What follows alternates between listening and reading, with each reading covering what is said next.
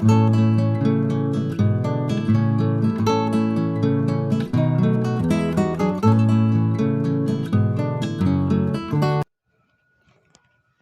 Hi everyone, welcome to Manimurthy YouTube channel. ಇವತ್ತಿನ ಒಂದು ರೆಸಿಪಿಲಿ ನಾನು ಮೆಣಸು ಮತ್ತು ಜೀರಿಗೆನ ಉಪಯೋಗಿಸ್ಕೊಂಡು ರಸಮ್ ಸಾರಿಗೆ ಹಾಕುವಂತಹ ಒಂದು ಪುಡಿನ ಮಾಡ್ತಾಯಿದ್ದೀನಿ. ಆ ವಿಡಿಯೋನ ನಾನು ನಿಮ್ಮ ಹತ್ರ ಶೇರ್ ಮಾಡ್ಕೊತಾ ಇದ್ದೀನಿ. ಇವಾಗೇನು ನೀವು ನೋಡ್ತಾ ಇದ್ದೀರಾ, ಈ ಮೆಜರ್ಮೆಂಟ್ ಕಪ್ಪಲ್ಲಿ ನಾನು ಒಟ್ಟು 3 ಕಪ್ಪು ಮೆಣಸನ್ನು ತೊಗೊಂಡಿದ್ದೀನಿ.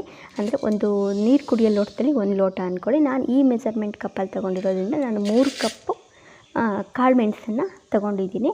ಇದು ನಮ್ಮದೇ ತೋಟದಲ್ಲಿ ಬಿಟ್ಟಿರೋ ಮೆಣಸಾಗಿರೋದ್ರಿಂದ ನಾನು ಇದನ್ನೇ ತೊಗೊಂಡಿದ್ದೀನಿ. 3 ಕಪ್ ಒಟ್ಟು ಟೋಟಲಿ ಟೀ ಗ್ಲಾಸಲ್ಲಿ 3 ಕಪ್ಪು ಕಾಳು ಮೆಣಸನ್ನು ತೊಗೊಂಡಿದ್ದೀನಿ. ಇದನ್ನು ಈಗ ನಾನು ಮೀಡಿಯಮ್ ಫ್ಲೇಮಲ್ಲಿ ಇಟ್ಕೊಂಡು ನೀಟಾಗಿ ರೋಸ್ಟ್ ಮಾಡ್ಕೊತೀನಿ. ಇದೇನು ನೋಡ್ತಾ ಇದ್ದೀರಿ ನೀವು, ಇದು ಕಾಳು ಮೆಣಸು.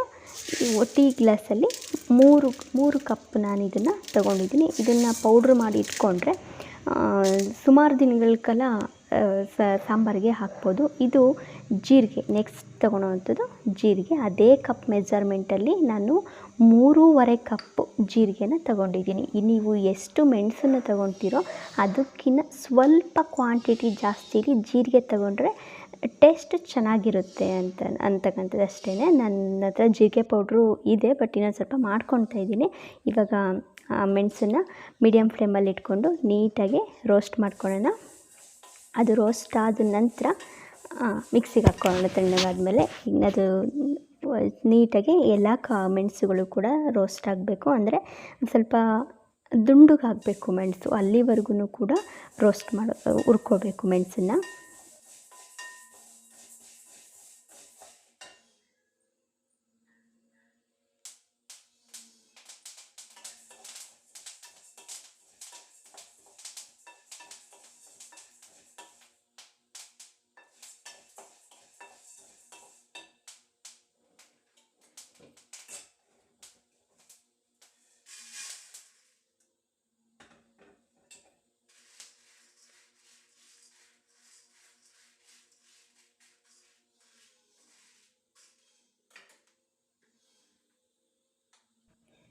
ಇವಾಗ ನೆಕ್ಸ್ಟು ಜೀರಿಗೆನ ಹಾಕ್ಬಿಟ್ಟು ಅದನ್ನು ಕೂಡ ಮೀಡಿಯಮ್ ಫ್ಲೇಮಲ್ಲಿ ಹುರ್ಕೊಂಬಿಡೋಣ. ಹೈ ಫ್ಲೇಮ್ ಇಟ್ಟರೆ ಜೀರಿಗೆ ಸೀದೋಗೋ ಅಂಥ ಚಾನ್ಸಸ್ ಇರುತ್ತೆ. ಹಂಗಾಗಿ ಜೀರಿಗೆನೂ ಕೂಡ ಮೀಡಿಯಮ್ ಫ್ಲೇಮಲ್ಲೇ ಇಟ್ಕೊಂಡು ಒಂದು 5 ನಿಮಿಷ ಹುರ್ಕೊಂಬಿಡೋಣ. ಒಂದು ಸ್ವಲ್ಪ ಜೀರಿಗೆ ಸ್ಮೆಲ್ ಬಂತು ಅಂದ ತಕ್ಷಣವೇ ಆಫ್ ಮಾಡಿದರೆ ಸಾಕಾಗುತ್ತೆ. ಇಷ್ಟು ಜೀರಿಗೆ ಮತ್ತು ಮೆಣಸು ಎರಡನ್ನೂ ಕೂಡ ನೀಟಾಗಿ ಹುರ್ಕೊಂಡು ಆದಮೇಲೆ ಅದನ್ನು ಒಂದು 10 ನಿಮಿಷ ತಣ್ಣಗಾಗಲಿಕ್ಕೆ ಬಿಡೋಣ. ಆಮೇಲೆ ಮಿಕ್ಸಿಗೆ ಹಾಕ್ಕೊಂಡ್ಬಿಟ್ಟು ಅವೆರಡನ್ನೂ ಕೂಡ ಪೌಡ್ರ್ ಮಾಡ್ಕೊಳ್ಳೋಣ.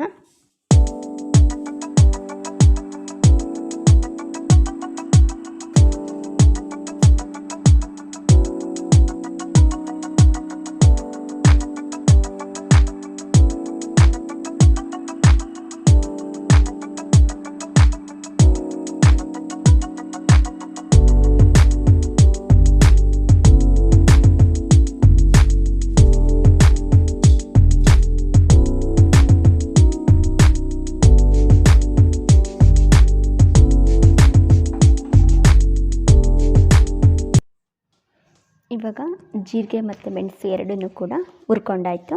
ಈಗ ಇವೆರಡನ್ನೂ ಕೂಡ ತಣ್ಣಗಾದ್ಮೇಲೆ ನೀವು ಒಟ್ಟಿಗೆ ಬೇಕಾದರೂ ಮಿಕ್ಸಿಗೆ ಹಾಕ್ಕೋಬೋದು. ನನಗೆ ಸಪ್ರೇಟಾಗಿ ಬೇಕು, ಹಂಗಾಗಿ ಜೀರಿಗೆ ಒಂದು ಸಲ, ಮೆಣಸು ಒಂದು ಸಲ, ಹಂಗಾಗಿ ನಾನು ಸಪ್ರೇಟ್ ಹುರ್ಕೊಂಡಿರೋದು. ನಿಮಗೆ ಬೇಕಂದರೆ ಎರಡನ್ನೂ ಕೂಡ ಒಟ್ಟಿಗೆ ಮಿಕ್ಸ್ ಮಾಡ್ಕೊಂಡು ಹುರ್ಕೋಬೋದು. ನನಗೆ ಸಪ್ರೇಟಾಗಿ ಬೇಕಾಗಿರೋದ್ರಿಂದ ಬರೀ ರಸಮ್ಗೆ ಅಂತೆಲ್ಲ ಬೇರೆ ಬೇರೆ ತಿಂಡಿ ಮಾಡಲಿಕ್ಕೂ ಕೂಡ ನನಗೆ ಜೀರಿಗೆ ಮತ್ತು ಪೆಪ್ಪರ್ ಪೌಡ್ರ್ ಬೇಕಾಗಿರುತ್ತೆ. ಹಂಗಾಗಿ ನಾನು ಸಪ್ರೇಟಾಗಿ ಅವೆರಡನ್ನೂ ಕೂಡ ಸಪ್ರೇಟಾಗಿ ಮಿಕ್ಸಿ ಪೌಡ್ರ್ ಮಾಡ್ಕೊತೀನಿ. ಒಂದು ಮೆಣಸನ್ನೇ ಒಂದು ಸಪ್ರೇಟ್ ಪೌಡ್ರ್ ಮಾಡ್ತೀನಿ, ಇನ್ನೊಂದು ಜೀರಿಗೆನೇ ಸಪ್ರೇಟ್ ಪೌಡ್ರು ಮಾಡ್ತೀನಿ. ನಿಮಗೇನಾದರೂ ಬೇಕಂದರೆ ಎರಡನ್ನೂ ಕೂಡ ಸೇರಿಸಿ ಒಟ್ಟಿಗೆ ಪೌಡ್ರು ಮಾಡಿ ಇಟ್ಕೋಬೋದು. ನನ್ನ ಅವಶ್ಯಕತೆಗೆ ತಕ್ಕಂತೆ ನಾನು ಸಪ್ರೇಟಾಗಿ ಪೌಡ್ರು ಮಾಡಿಟ್ಕೊಂಡು, ಈಗ ಮೆಣಸು ಪುಡಿ ಆಯಿತು. ಮೆಣಸು ತಣ್ಣಗಾದ್ಮೇಲೆ ಮಿಕ್ಸಿಗೆ ಹಾಕಿದರೆ ಕಪ್ಪಗಾಗೋದಿಲ್ಲ ಜಾಸ್ತಿ, ಹಾಗಾಗಿ ನಾನು ತಣ್ಣಗಾದ್ಮೇಲೆ ಮಿಕ್ಸಿಗೆ ಹಾಕಿದ್ದೀನಿ. ಮೆಣಸು ಪುಡಿ ಆಯಿತು. ಇವಾಗ ಜೀರಿಗೆ ಪುಡಿನ ಮಿಕ್ಸಿಗೆ ಹಾಕ್ಕೊಂಡು ಬರೋಣ. ಇದೇನು ನೋಡ್ತಾ ಇದ್ದೀರಾ ನೀವು, ಇದು ಮೆಣಸು ಪೌಡ್ರು. ಒಂದು ಸ್ವಲ್ಪ ಇದು ತಣ್ಣಗಾದ್ಮೇಲೆ ಏರ್ಟೈಟ್ ಕಂಟೈನರಿಗೆ ಹಾಕಬೇಕು, ಏರ್ಟೈಟ್ ಬಾಕ್ಸಿಗೆ ಹಾಕಬೇಕು. ಬಿಸಿ ಇರುವಾಗಲೇ ಯಾವುದೇ ಕಾರಣಕ್ಕೂ ಕೂಡ ಹಾಕಬೇಡಿ, ಅದು ತಣ್ಣಗಾದ್ಮೇಲೆ ಹಾಕಿ.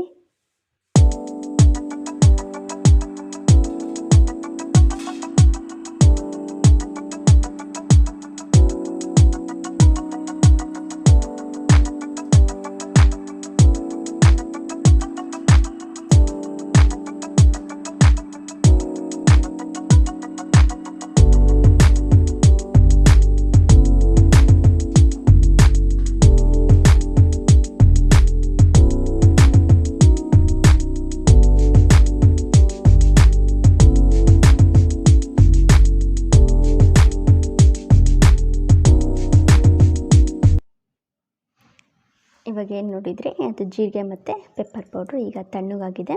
ನಾನು ಹೇಳಿದ್ನಲ್ಲ ನನ್ನ ಹತ್ರ ಆಲ್ರೆಡಿ ಜೀರಿಗೆ ಪೌಡ್ರ್ ಇದೆ ಅಂತ, ಹಾಗಾಗಿ ಅದೇ ಪೌಡ್ರಿಗೆ ನಾನು ಮಿಕ್ಸ್ ಮಾಡ್ಕೊತಾ ಇದ್ದೀನಿ. ಇದು ಈಗ ಮೆಣಸು ಪೌಡ್ರು ತಣ್ಣಗಾಗಿದೆ, ಹಾಗಾಗಿ ಆ ಮೆಣಸು ಪೌಡ್ರನ್ನ ಒಂದು ಏರ್ಟೈಟ್ ಬಾಕ್ಸ್ಗೆ ಹಾಕ್ಬಿಟ್ಟು ಇಟ್ಕೊತಾ ಇದ್ದೀನಿ.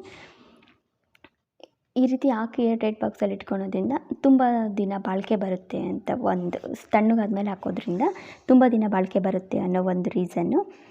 ಇದು ಫುಲ್ ಒಂದು ಬಾಟ್ಲು ಆದರೆ ನನಗೆ ಮಿನಿಮಮ್ ಅಂದ್ರೂ 1 ಮಂತ್ ಆಗುತ್ತೆ. ಏಕೆಂದರೆ ನಮ್ಮದು ಕೆಲಸದವ್ರು ಜಾಸ್ತಿ, ಹಾಗಾಗಿ ಸಾಂಬಾರು ಕ್ವಾಂಟಿಟಿನೂ ಕೂಡ ನಾನು ಜಾಸ್ತಿ ಮಾಡೋದ್ರಿಂದ ನನಗೆ ಈ ಒಂದು ಬಾಕ್ಸಲ್ಲಿ ನನಗೆ 1 ಮಂತ್ ಈ ಪೌಡ್ರು ಬರುತ್ತೆ. ಅಂದರೆ ಸಾಂಬಾರು ತಿಳಿಸಾರು ಅಂತೆಲ್ಲ ನಾನು ಫ್ರೈಡ್ ರೈಸು ಏನಾದರೂ ಮಾಡಿದರೆ ಹಾಕ್ಕೊತೀನಿ.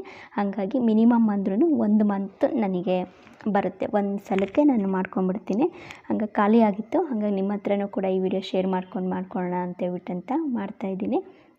ಹಾಗೆ ನನ್ನ ಮಣಿಮೂರ್ತಿ ಯೂಟ್ಯೂಬ್ ಚಾನಲ್ಗೆ ಸಬ್ಸ್ಕ್ರೈಬ್ ಆಗಿ, ದಯವಿಟ್ಟು ನನ್ನ ಚಾನಲನ್ನು ಸಬ್ಸ್ಕ್ರೈಬ್ ಮಾಡ್ಕೊಳ್ಳಿ. ಯಾವುದೇ ಸಬ್ಸ್ಕ್ರೈಬರ್ಸ್ಗೆ ಯಾವುದೇ ರೀತಿ ಅಮೌಂಟ್ ಕಟ್ಟಾಗೋದಿಲ್ಲ. ಈ ರೀತಿ ಸಬ್ಸ್ಕ್ರೈಬ್ ಮಾಡ್ಕೊಳ್ಳೋ ಜೊತೆಗೆ ಪಕ್ಕದಲ್ಲಿರ್ತಕ್ಕಂಥ ಬೆಲ್ಲೈಕನನ್ನು ಕೂಡ ಪ್ರೆಸ್ ಮಾಡಿ, ಆಗ ನಾನು ಹಾಕೋ ಎಲ್ಲ ವಿಡಿಯೋ ನೋಟಿಫಿಕೇಷನ್ಸ್ ಕೂಡ ನಿಮಗೆ ಬಂದು ತಲುಪುತ್ತೆ. ಹಾಗೆ ಈ ಒಂದು ವಿಡಿಯೋ ಬಗ್ಗೆ ಏನನ್ನಿಸ್ತು ಅಂತ ಕಮೆಂಟ್ ಮಾಡಿ. ನಿಮ್ಮ ಎಲ್ಲ ಕಮೆಂಟಿಗೂ ಕೂಡ ರೆಸ್ಪಾನ್ಸ್ ಮಾಡ್ತೀನಿ. ಇದೇನು ನೀವು ನೋಡ್ತಾ ಇದ್ದೀರಾ, ಇದು ಜೀರಿಗೆ ಮತ್ತು ಪೆಪ್ಪರ್ ಪೌಡ್ರು. ನೀವು ತಿಳಿ ಸಾಂಬಾರು ಮತ್ತು ಫ್ರೈಡ್ ರೈಸ್ ಏನಕ್ಕಾದ್ರೂ ಕೂಡ ಇದು ಯೂಸ್ ಆಗುತ್ತೆ. ಇವಾಗ ಮೆಣಸು ಪೌಡ್ರನ್ನ ಒಂದು ಬಾಕ್ಸಿಗೆ ಹಾಕ್ಬಿಟ್ಟು ಇಟ್ಕೊತಾ ಇದ್ದೀನಿ. ಅದು ತಣ್ಣಗಾದ್ಮೇಲೆ ಹಾಕೋದ್ರಿಂದ ತುಂಬ ದಿನ ಬಾಳಿಕೆ ಬರುತ್ತೆ ಅಷ್ಟೇ. ಅದನ್ನು ನಾನು ಫ್ರಿಜ್ಜಲ್ಲಿ ಇಡ್ತಾಯಿಲ್ಲ, ನಾನು ಹೊರಗಡೆನೇ ಇಟ್ಕೊತೀನಿ. ಮಿನಿಮಮ್ ಅಂದ್ರೂ ನಾನು ಜಾಸ್ತಿ ಕ್ವಾಂಟಿಟಿ ಮಾಡೋದು, ಹಾಗಾಗಿ ನನಗೇ 1 ಮಂತ್ ಬರುತ್ತೆ. ನೀವು ಕಡಿಮೆ ಕ್ವಾಂಟಿಟಿ ಮಾಡೋದಾದರೆ ಇನ್ನೂ ಭಾಳ ದಿನವೇ ಬರುತ್ತೆ, ಏನೂ ಹಾಳಾಗೋ ಅಂಥದ್ದೇನೂ ಆಗೋಲ್ಲ. ಈಗ ಮೆಣಸು ಪೌಡ್ರನ್ನ ಒಂದು ಬಾಕ್ಸಿಗೆ ಹಾಕಾದ್ಮೇಲೆ ಜೀರಿಗೆ ಪೌಡ್ರನ್ನು ಕೂಡ ಒಂದು ಬಾಕ್ಸಿಗೆ ಹಾಕ್ಕೊಂಡು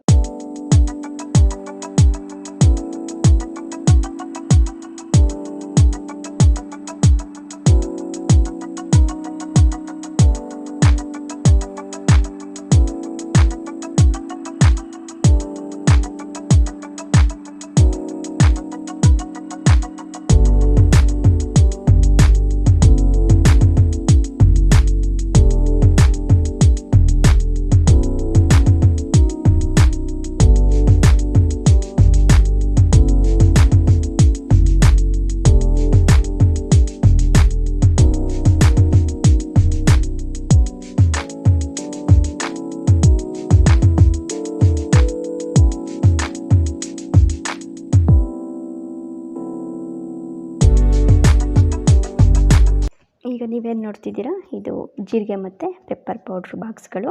ಇದನ್ನು ಉಪಯೋಗಿಸ್ಕೊಂಡು ಯಾವ ರೀತಿ ಸಾಂಬಾರು ಮಾಡೋದು ಅನ್ನೋದನ್ನು ನಾನು ನೆಕ್ಸ್ಟ್ ವಿಡಿಯೋದಲ್ಲಿ ನಿಮಗೆ ಅಪ್ಲೋಡ್ ಮಾಡ್ತೀನಿ.